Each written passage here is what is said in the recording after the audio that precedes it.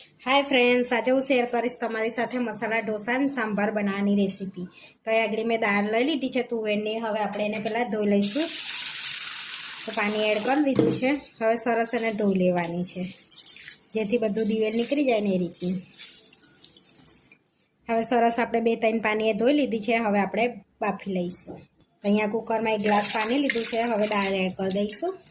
હવે થોડું મીઠું એડ કરીશું અને થોડી હળદર એડ કરીશું। હલાઈ લઈશું।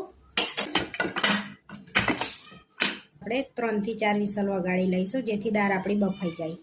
મસાલા ઢોસાનો મસાલો કરવા માટે અહીંયા આગળ આપણે બટાકા બાફી લીધા છે। તો અહીંયા આગળ મેં 3 બટાકા બાફી લીધા છે। હવે આપણે એને થોડીક વાર ઠંડા થવા દઈશું, પછી છોલી લઈશું। હવે આપણા બટાકા થોડાક ઠંડા થાય છે ત્યાં સુધીને આપણે કોપરાની ચટણી બનાવી લઈશું। તો અહીંયા આગળ મિક્સરના બાઉલમાં આપણે અહીંયા કોપરાનું છીણ લઈ લીધું છે। तो घर में कोपरू लीलू ना हो तो सूकू कोपरानो भी उपयोग करी सकीए छीए आपणे। हवे आपणे दाळिया एड कर 4 नंग मरचा लईशुं, थोड़ा धाना एड करीशुं, अर्धी वाडकी 1 नानो લીંબુનો रस एड करीशुं आपणे। हवे 1 आदुनो टुकड़ो एड करीशुं, स्वाद प्रमाणे मीठुं अने 1/4 कप जेटलुं पाणी एड करीशुं अने हवे पीसी लईशुं।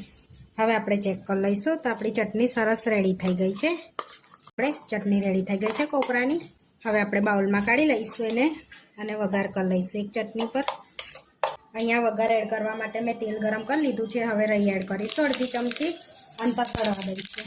થોડી હિંગ એડ કરીશું અને કડી લીમડો એડ કરીશું અને વઘાર આપણે ચટણીમાં એડ કરી દઈશું અને મિક્સ કરી લઈશું। તો આપણી કોપરાની ચટણી બનીને રેડી થઈ ગઈ। હવે આપણે ઢોસા પર લગાડવાની લાલ ચટણી બનાવીશું। તો અહીં આગળ 1 ડુંગળી લઈ લીધી છે મેં અને લસણ લઈશું 2 ચમચી, થોડું મીઠું એડ, 1 ચમચી જીરું એડ કરીશું। હવે એમાં આપણે મરચું એડ કરીશું લાલ। તો અહીંયા મેં 2 ચમચી કાશ્મીરી લાલ મરચું લઉં છું, 1 ચમચી તીખું મરચું લઈએ છીએ। હવે પહેલાં આપણે એમને પીસી લઈશું। હવે આપણે ચેક કરી લઈશું પહેલાં ચટણીને અને થોડું પાણી એડ કરીશું અંદર। આગળ 1 ઘૂંટા જેવું પાણી એડ કરું છું મેં। હવે પીસી લઈશું ફરી। હવે આપણે ચેક કરી લઈશું ચટણી। તો સરસ આપણી ચટણી પીસાઈ ગઈ છે, જોઈ શકો છો આ રીતની। હવે બાઉલમાં કાઢી લઈશું। તો આપણી તીખી ચટણી બનીને રેડી થઈ ગઈ છે। આ ચટણીને તમે સ્ટોર બી કરી શકો છો, ફ્રીઝરમાં તમે 1-2 મહિના સ્ટોર કરી શકો છો। અહીંયા આપણી ચટણીઓ રેડી થઈ ગઈ છે। હવે આપણે મસાલો બનાવી લઈશું। તો અહીંયા આગળ બટાકાને છોલી લીધા છે। હવે મેશ કરી લઈશું આપણે, માવો બનાવી લઈશું। કઢાઈમાં 1 પરી તેલ લઈશું। હવે તેલને ગરમ થવા દઈશું। હવે તેલ ગરમ થઈ ગયું છે, 5 ચમચી જેવી રઈ એડ કરીશું કે તતડવા દઈશું આપણે। હવે રઈ તતડી ગઈ છે, થોડી હિંગ એડ કરીશું અને કડી લીમડો એડ કરીશું અને સ્લાઈસ 1 ડુંગળીને સ્લાઈસ કરેલી એડ કરીશું અને હલાઈ લઈશું અને ડુંગળીને શેકાવા દઈશું આપણે। હવે 2 લીલા મરચાં કટ કરેલા એડ કરીશું અને મિક્સ કરી શેકી લઈશું આપણે મરચાંને બી। અહીંયા આપણી ડુંગળી મરચાં શેકાઈ ગયા છે। હવે થોડી હળદર એડ કરીશું આપણે અને મિક્સ કરી લઈશું અને બટાકા એડ કરીશું મેશ કરેલા।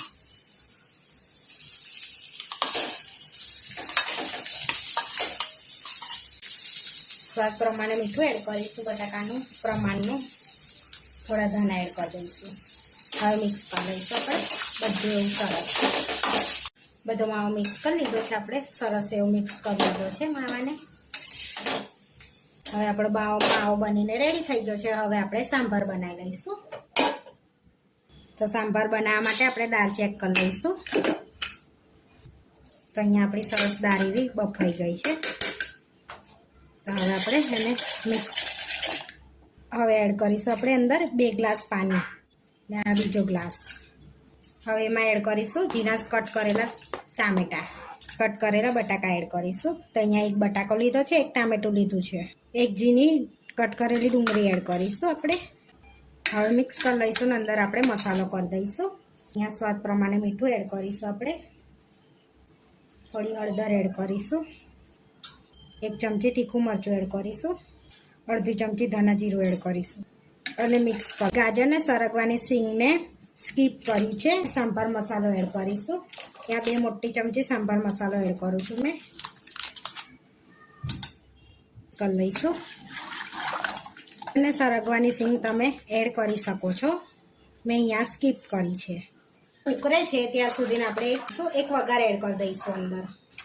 અહીંયા આપણે તેલ ગરમ કરવા મૂક્યું છે. હવે તેલ ગરમ થઈ ગયું છે. અંદર રાઈ એડ કરીશું આપણે અડધી ચમચી અને જીરું એડ કરીશું અને તતરવા દઈશું. થોડી હિંગ એડ કરીશું. એક સૂકું લાલ મરચું અને કઢી લીમડો એડ કરીશું. અડધી ચમચી કાશ્મીરી લાલ મરચું એડ કરીશું આપણે કલર માટે. હવે હલાવીને આપણે વઘાર એડ કરી દઈશું દાળમાં. સંભાળમાં એડ કરી દઈશું. હવે આપણે 10 થી 20 મિનિટ આપણે સંભાળને ઉકળવા દઈશું. થઈ છે 10 મિનિટ થઈ ગઈ છે. દાળ સરસ ઉકળી ગઈ છે. હવે ધાણા એડ કરીશું આપણે. અહીંયા એક બાઉલ ધાણા એડ કર્યા છે. હવે સંભાર બનીને રેડી થઈ ગયો છે. અહીંયા આપણે ઢોસાનું તૈયાર ખીરું લીધું છે. હવે આપણે બાઉલમાં કાઢી લઈશું. એને એડ કરી દઈશું આપણે અંદર. હવે સ્વાદ પ્રમાણે મીઠું એડ કરીશું આપણે અંદર ખીરામાં. મિક્સ કરી લઈશું. પછી પાણી એડ કરીશું થોડુંક આપણે જોઈને. અહીંયા ઘૂંટા જેવું પાણી એડ કરીશું. મિક્સ કરી લઈશું આપણે. ખીરું રેડી થઈ ગયું છે. હવે આપણે ઢોસા ઉતારી લઈશું. અહીંયા આપણે નોનસ્ટિક લઈ લીધી છે. હવે નોનસ્ટિક પર આપણે થોડુંક તેલ એડ કરીશું. લૂસી લઈશું એને. તેલવાળી નોનસ્ટિકને પહેલાં થોડું પાણી એડ કરીશું આપણે નોનસ્ટિક પર અને લૂસી લઈશું. બેટર એડ કરી દઈશું અંદર. હવે સરસ આપણે ફેલાઈ લઈશું એને પાતળું પાતળું. હવે આ રીતે આપણે ફેલાઈ લીધું છે. હવે થોડીક તીખી ચટણી એડ કરીશું આપણે. હવે આપણે લગાડી લઈશું ચટણીને આ રીતે બધી બાજુ અને ધીમા થાપે આપણે એને થવા દઈશું થોડી વાર. હવે આપણે બટાકાનો માવો એડ કરીશું. હવે આ રીતે આપણે લગાડી લઈશું. એડ કરીશું.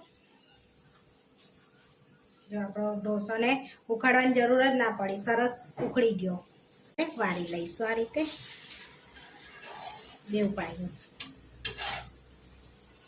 બે ઉપર સરસ શેકી લઈશું આપણે ઢોસાને.